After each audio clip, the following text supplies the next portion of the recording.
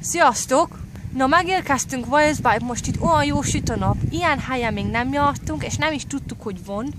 De olyan szép, hogy itt sziklák vannak hátul, látjátok? És nem is hiszitek el, nézzétek még, itt előttünk itt milyen szép kék a tenger, és nem is mondanád, hogy Walesbe vagyunk. Azt hinnéd, hogy Spanyolországban. Nézd meg, milyen szép, ott hajók is járnak, a gyerekekké. Milyen szép ott. Látjátok? No. Hát komolyan mondom, nézd meg, jó, de szép a madár, és ott megy a repülő madár. De magány. Milyen szép. Timi, láttad a vizet? Látom, hát. El van merülve, olyan szép itten, no. Nézd meg, milyen szép a víz. Menjünk kicsit közelébb, és nézzük meg. Milyen magány.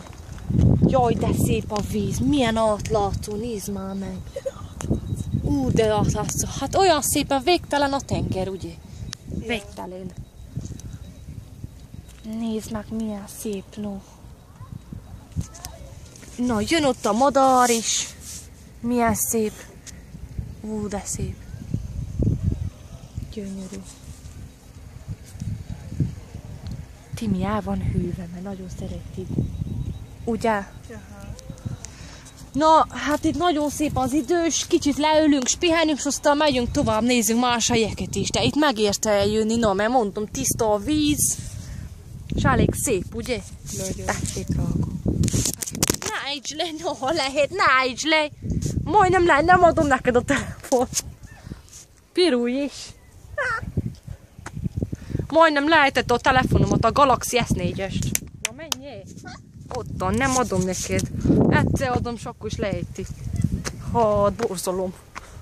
Szégyeli most magát ott hátul a tenger mellett. Ja, becsúszok a vízbe. Hát te hisz, be is kér, legalább te ne a telefonom. Téged még ki lehet hozni, a telefon nem lehet. Nézd meg, Timi, megy ott a hajó. Az ember. Te vogány. Nézd már meg. Milyen vagányul meg még. Gyakorol. Integes nekünk, no. Nem integet nekünk az ember.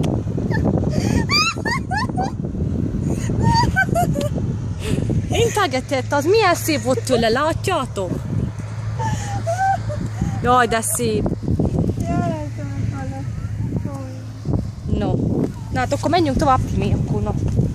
Na, üzenj valamit a testvéreknek. Üdvözöljük a testvéreket. Üdvözöljük. Sziasztok! Az Úr áldja meg ők. Sziasztok!